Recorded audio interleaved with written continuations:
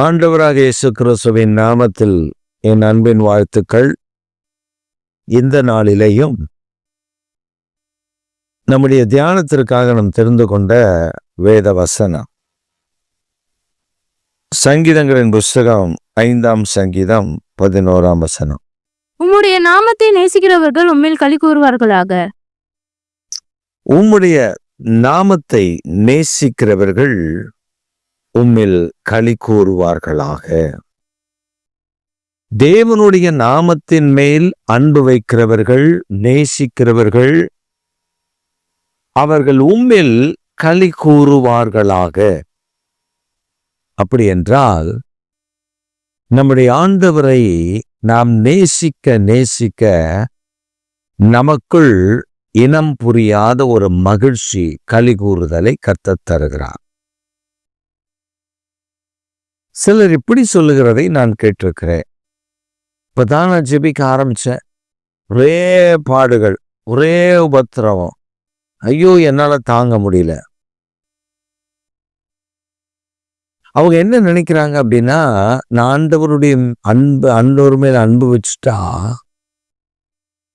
எனக்கு போராட்டம் வந்துடும், நெருக்கடி வந்துடும், பிரச்சனை வந்துடும், நான் எப்படி அதுல இருந்து என்ன மீட்டுக்கொள்ளுவது, காத்துக்கொள்ளுவது அப்படின்னு சிலர் பயப்படுறாங்க.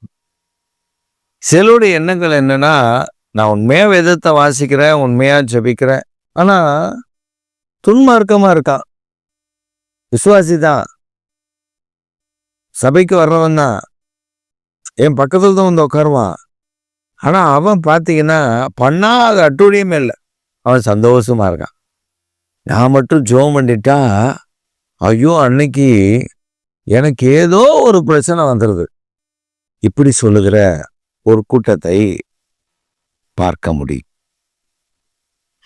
ஆனா இதுல என்ன உண்மை அப்படின்னா, நீங்க ஜெபிக்க, நீங்க கர்த்தரை துதிக்க, ஆராதிக்க, அவர் நாமத்தின் மேல் அன்பு வைக்க ஆரம்பிச்சுட்டா பிசாசு இப்படிப்பட்ட போராட்டத்தை முதல்ல கொடுப்பான். இதுதான் கிண்டர்கார்டன். இந்த போராட்டத்தை மேற்கொண்டுட்டா அவருடைய நாமத்தில் நமக்கு உண்டாகிற களி கூறுதல் நமக்கு நிச்சயம் கிடைக்கும். இந்த போராட்டத்தை மேற்கொள்வதுதான் நிறைய பேருக்கு கஷ்டம். என்னன்னா, ஆரம்பத்திலேயே இந்த போராட்டம் வந்தோடனே அப்படி டக்கால்னு விழுந்துருவாங்க. ஐயோ இன்னைக்கு ஜெபம் பண்ணோமா, என்ன வரப்போதோ தெரியலையே அப்படின்னு எதிர்பார்த்து காத்திருக்கிற சில கூட்டத்தாரே உண்டு. இன்னைக்கு ஜெபம் பண்ணியிருக்கேன், 1 மணி நேரம் நான் ஜெபம் பண்ணிட்டேன், பைபிள் படிச்சுட்டேன், இன்னைக்கு என்ன பிஜா, இன்னைக்கு என்ன வரப்போதோ பிரச்சனை, என்ன வரப்போதோ, என்ன வேதாளம் வரப்போதோ தெரியலையே அப்படின்னு வீட்டுக்காரர் வரும்போது பார்க்கறது, பிள்ளைங்க வரும்போது பார்க்கறது, அவங்க நினைச்சபடியே ஏதாவது ஒன்று நடக்கும். அப்ப என்னன்னா, அவர் நாமத்தின் மேல் நான் அன்பு வைக்கிறேன், நான் நேசிக்கிறேன், அதில் எனக்கு என்ன இல்லை, களி கூறுதல் இல்லை, மாறாக எனக்கு சில பிரச்சனைகள் தான் வந்துடுது. பிரியமானவர்களே, இது ஆரம்ப நிலை, இதான் ஆரம்ப நிலை. நம்ம ஆண்டவர் மேல் அன்பு வைக்கும் பொழுது உபத்திரவம் வரும், பாடுகள் வரும், பிரச்சனை வரும், போராட்டம் வரும். அதை மேற்கொள்ளும் பொழுதுதான் களி கூறுதல் வரும். எப்படி மேற்கொள்வது? நீங்களான மேற்கொள்ள முடியுமா? முடியாது. அவருடைய அன்பில் நிலைத்திருந்து மேற்கொள்ளணும், அவருடைய கரம் பிடித்து மேற்கொள்ளணும், அவர் நமக்கு சொல்லி கொடுத்து மேற்கொள்ளணும். நாம ஜெபிக்க ஜெபிக்க ஜெபிக்க ஜெபிக்க இதெல்லாம் அப்படியே மாற ஆரம்பிக்கும். பாருங்க, நம்ம தெய்வ சமூகத்துல போய் தெய்வ பிரசன்னத்துல காத்திருக்க அவர் நாமத்தை நேசிக்க நேசிக்க நேசிக்க அது அப்படியே மாறி போயிடும், எல்லாம் மாறி போயிடும். அப்பயும் பிரச்சனை இருக்காதா? அப்பயும் போராட்டம் இருக்காதா? அப்பயும் நெருக்கடி இருக்காதா? இதை விட பல மடங்கு இருக்கும். ஆனால் அதெல்லாம் நமக்கு தூசியை போல தெரியும். இதையே அதெல்லாம் தூசியை போல நம்ம பார்த்துட்டு போயிட்டே இருப்போம். ஏன்னா அவருடைய அன்புக்கு ஈடாக இவைகள் ஒன்றும் நம்மை தடை செய்து விடாது. அவருடைய அன்பு அவ்வளவு பெருசா இருக்கும், அவ்வளவு மேன்மையா இருக்கும், அவ்வளவு உயர்வானதா இருக்கும், அவ்வளவு ஆச்சரியமுள்ளதா இருக்கும். நம்ம உண்மையா ஜெபம் பண்ணிட்டு போவோம், பிசாசங்க குறுக்கல நிற்பான், எதையாவது ஒன்று கொண்டு வந்துருவான், சோர்ந்து போயிடுவான். ஒரு சமயம் என் சகோதரிக்கு ஒரு நர்சிங் வேலை, ஒரு பெரிய ஹாஸ்பிட்டல், ஜிப்மர் என்கிற ஒரு பெரிய ஹாஸ்பிட்டல்ல அதுக்கு வேலை கிடைச்சிருச்சு. என் சகோதரிக்கு வேலை கிடைச்சிருச்சு. அப்போ அங்கேருந்து ஒரு டாக்டர், பெரிய டாக்டர் ஃபோன் பண்ணி சொல்கிறாரு, உனக்கு வேலை கிடைச்சிருக்குமா, அந்த லிஸ்ட்டு ஒட்டிட்டாங்க, சீக்கிரம் வந்து பார்த்து அதற்கான அந்த டாக்குமெண்டேஷன்லாம் பண்ணணும், ரெஜிஸ்டரை போய் பார்க்கணும், சீக்கிரம் போய் பாரு, லிஸ்ட்டு நேம் லிஸ்ட்டு ஒட்டியிருக்கு. டாக்டர் சொல்லிட்டாரு, ரிசல்ட் வந்துருச்சுன்னு சொல்லி கேள்விப்பட்டாச்சு. நானும் என் சகோதரியும் பயங்கர சந்தோஷமா போகிறோம். எதிர்த்த மாதிரி ஒரு ஆட்டோவில் சத்துரு அப்படின்னு எழுதியிருக்கு. என்னடா சத்துருன்னு எழுதியிருக்கு, எங்களுக்கு ஒன்றும் புரியல. நாங்கள் நேராக போயிட்டோம். போய் லிஸ்ட்டை போய் பார்த்தா அவங்க சொல்கிறாங்க, காலையில் ஒரு லிஸ்ட்டு விட்டுருந்தாங்க, அந்த லிஸ்ட்டை எடுத்துகிட்டு இப்போ வேறு லிஸ்ட்டு விட்டுருக்காங்க, அதில் எங்கள் அக்கா பேர் இல்லை. எங்கள் அக்கா பேர் இல்லைன்னொடனே பயங்கர வருத்தம். ஏன்னா அந்த வேலை, கவர்மெண்ட் வேலைக்காக காத்திருந்து எக்ஸாம்லாம் எழுதி காத்திருக்கிறாங்க. அவங்க அந்த வேலைக்கு அப்ளை பண்ணியிருக்காங்க, இன்டர்வியூலாம் அட்டன் பண்ணியாச்சு. ஆனால் வேலை கிடைக்கலன்னொடனே பயங்கர சோர்வு, ஒரே அழுக. எங்கள் அக்கா வீட்டில் வந்து ஒரே செப்பா அழுக. ஏசப்பா உங்களை தான் நம்பி இருந்தேன். அழுதுகிறது முடிச்சு ஒப்பேர் வச்சு முடிச்சிச்சு. அப்புறம் இன்னொரு இடத்துலேருந்து இன்டர்வியூ கால் பண்ணிருக்காங்க, ஒரு யூனிவர்சிட்டியில், பாண்டிச்சேரி இன்ஜினியரிங் காலேஜிலேருந்து ஒரு கால்ஃபர். ஒரே ஒரு சீட்டு தான், ஜிப்மர்லையாவது நிறைய நூற்றுக்கணக்கான சீட்டுகள், இது ஒரே ஒரு வேக்கண்ட் தான்.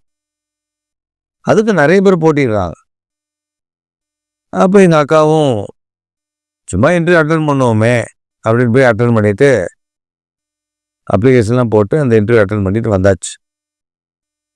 எங்கள் அக்காவுடைய ஃப்ரெண்டு அடுத்த நாள் வருது, வந்து எனக்கு வேலை கிடச்சிச்சு அப்படின்னு சொல்லி ஆர்டர்லாம் டைப் ஆகி வந்துருச்சு,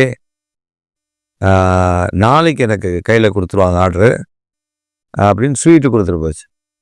எங்கள் அக்கா சொல்லிச்சு, இந்த வேலையும் போச்சா, இந்த வேலையும் முடிஞ்சுதா அப்படின்னு சொல்லிட்டேன்னா, அதுக்கு அந்த ஒரே ஒரு வேக்கண்ட் தானே, அதுக்கு பல லஞ்சம் வேற அந்த நாட்களில் ஓடிட்டு இருந்துச்சு. திடீர்னு பார்த்தீங்கன்னா அடுத்த நாள் காலையில் அந்த சிஸ்டருடைய அக்காவுடைய ஃப்ரெண்டு சொல்லிட்டு போனாங்க, நாளைக்கு எனக்கு ஆர்டர் கையில் கொடுத்துருவாங்க அப்படின்னு. அடுத்த நாள் காலையில் பார்த்தீங்கன்னா அந்த இன்ஜினியரிங் காலேஜோடைய பியூன் வீட்டு பெல் அடிக்கிறார். யாருமா? நான் தாங்க. இந்தாம்மா உனக்கு வேலை கிடச்சிருக்கு, சீக்கிரம் நீ ரெஜிஸ்டரை போய்ப்பார். எங்கள் அக்காவுக்கு ஒன்றுமே புரியல. நேற்று தான் என் ஃப்ரெண்டு வந்து ஸ்வீட்டெல்லாம் கொடுத்துட்டு போனால் எனக்கு ஒன்றுமே புரியல. உடனே விட்டு வண்டி எடு ஓடு அப்படின்னு சொல்லி நாங்கள் அந்த ரெஜிஸ்டர் ஆஃபீஸுக்கு போனால் இந்த ஃபைலெல்லாம் கொடுத்தா உடனே அவங்க சொல்லிட்டாங்க, இம்மிடியேட்டாக நீங்கள் வேலையில் சேரணும். சென்ட்ரல் கவர்மெண்ட் பே தான் அது, state government with central government பே தான் அது, கவர்மெண்ட் சேலரி தான் அது, ஒரு பிரச்சனை கிடையாது. அப்போ பயங்கர சந்தோஷம் எங்கள் அக்காவுக்கு. என்னடா இது, இப்போ தான் ஒரு வேலை இல்லைன்னா இன்னொரு வேலையை கற்று தந்திருக்கு. ஆச்சரியமான காரியங்களை அந்த வேலையில் கற்று செய்தா. லஞ்சம் கொடுத்ததெல்லாம் வாங்கி தூக்கி வீசிட்டு ஆண்டவர் இவர்களுக்கு அந்த வேலையை வாய்க்க பண்ணினான். இதான் கருத்து. தேவனை நேசிக்கும் பொழுது முதல்ல அப்படி ஒரு சலசலப்பு இருக்குங்க, போராட்டம் வருங்க, நெருக்கடி வருங்க. அந்த நெருக்கடிக்கு நடுவில் நாம் ஆண்டவரை நேசிக்கிறதை இன்னும் கூட்டணும், இன்னும் அதிகரிக்கணும். உன் இருதயம் களிகூற செய்து விடுவார். இப்போ கூட நீங்கள் உபத்திரவத்தில் இருக்கலாம், சில பிரச்சனைகள் இருக்கலாம், சில போராட்டங்கள் இருக்கலாம், சில சொப்பனங்கள் கூட உங்களை வந்து அலக்கடிச்சிட்டு இருக்கலாம். இது என்னமா முடியுமோ, அப்படி இருக்குமா, இப்படி இருக்குமா, நீங்கள் அலைச்சல் படலாம். நீங்கள் என்ன நடக்க போகுதுன்னு தெரியலன்னு கவலைப்பட்டுட்டு இருக்கலாம். பல பிரச்சனைகள் நீங்கள் கடந்து வரலாம். நல்லா தானே நான் ஜெபம் பண்ணேன், ஏன் எனக்கு இல்லை? இன்னும் நேசிங்க, இன்னும் தேவனை நேசிக்க உபத்திரவங்கள் கலிகூறுதலாய் மாறுகிறதை காண்பீர்கள். ஆமேன்.